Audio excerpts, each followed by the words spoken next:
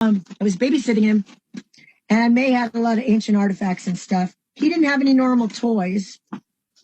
And he got into his mother's trunk. I always called it her African trunk because she told me she's from Africa. And there was these little rock statues in there, like little, action figures. And he would set him up in a certain way, like a little Stonehenge on his bed, and his room was dark. It's always dark in there. And even though his room faced the street, it was like blackout curtain on that side. So he couldn't see out, and I was the house almost across the street. And he set him up in a certain way. And when a little kid's sneaking and you still see that they're sneaking and they're trying to be sneaky and you think it's cute, you know what I mean? They're trying to hide something, but they keep a cookie. He's kind of being like that happy, but it was wicked. And he said, call me Moon. I said, Moon, come play with my friends. He's so excited. And I knew something weird was going on in there. And there was wind and energy. And I peeked in the door. I was scared, man. I peeked in the door and something was wrong in there. And it was like there was something happening. I don't know the language to describe it, but And how old would he be at this point in time? By the record, he would be 7 or 8. But he was 7 or 8. 2-year-old, like a baby that just learned how to walk. So later I would wonder and doubt myself, is he one of his grandfather's lab experiments? Because I go, is he human? I asked my aunt. She's like, I don't know. Those Illuminati. Okay, he opened up something, a portal, a Stargate, whatever. But he was excited, and he was jumping up and down. So he was able to open up a Stargate in his room. Whatever you want to call it. It was a different dimension. A portal. Well, portal would be the actual name. And I've been so embarrassed to say it out loud that everybody would laugh at me or lock me up. I only told my aunt. So tell me what happened. Something's not right. Something's scary in that room. Describe what you see and what happens. I went to the edge of the doorway and I peeked in there, and I was afraid just to peek. And there was something happening in there, like a sci-fi movie. And there was something, he set him up like a little Stonehenge on his bed. And he was tiny, like I told you, so tiny. And he was jumping up and down, and he was saying, Moon, come play with my friends. Okay. That right there says he knew exactly what he was doing. It wasn't like he accidentally opened a portal and didn't know what he had friends. So I peeked in there, and I was so scared. I'm embarrassed to tell this. It's so ridiculously weird. And he was being lifted, and he was starting to go. He was being lifted, and he was being lifted, and he's being sucked in. I know this sounds ridiculous, but my aunt told me, don't let nothing happen to that effing little kid. And normally I would never let anything happen to a child that was watching. I would run between them and a pit bull.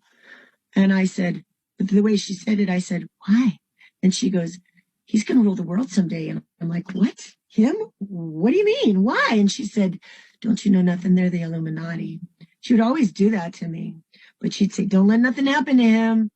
He's going to rule the world someday. And I was like, that kid? So I grabbed his little arm. And I got sucked in. I got sucked into, it's like we went up and then we went down. And it was dark in there, but it was glowing. And I can only tell you that when I remember my peripheral vision, because I was afraid to look at it, because when you're a little kid and you look at the cartoons and there's a bad boogeyman in the Scooby-Doo and you see its glowing eyes, it's like, don't look at his eyes, he'll get you. And I remember that whole, if you don't look at their eyes, they can't get you.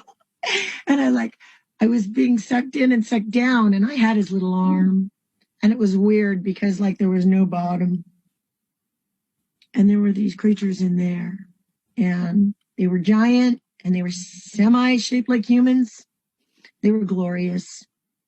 They weren't like Smeagol's or any creepy little demon dudes. They were like beautiful, ancient creatures that moved in a different time, and they were giant, and like they had a different head. Like there was a bird head and like a cat head and a jackal head. And I would compare them, because I'm not super educated, to like Egyptian type of things, to the types of things May had, little artifacts of. I'm not from that region, but Well, this also describes angels and devils in the book of Revelation. With multiple heads, different animals pointing different ways. The angels had many faces. Look at the guards of the gates of the Garden of Eden, right? Yeah. Even alone, like that's what sounds like what you're describing. And they were beautiful but terrifying. They weren't on my side. I'm on Team Jesus. And but I was told not to say that name over there. And well, of course not, because they would flee. My aunt told me never to say that name over there. They don't want to hear Jack Black about your Jesus. And I said, because I remember when I got saved, I wanted to go save everybody. And she's like, don't you say that name over there. She said, okay, well, let's finish the story, and then I want to go to your conversion and how you got saved. Okay. So we're coming down in there. One of them grabbed me by the throat, and I closed my eyes, and I had him, and I was tiny, like a little rag doll compared to it. And it was holding me up like that. And I cried out. I felt like I couldn't talk. And I cried out, Jesus, save me. And it stopped, and we flew back, and we flew out of there, and I still had him. I had his little arm.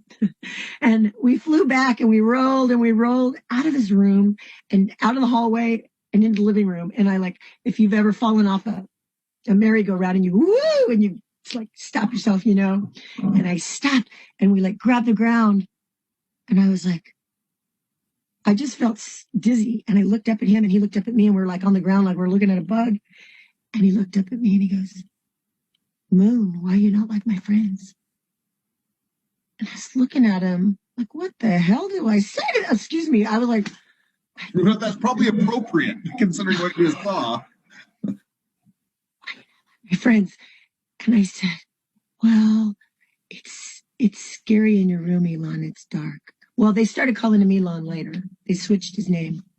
And I remember the difference. So he tried to feed me to his friends, and he knew exactly what he was doing, because he called me to come play with his friends.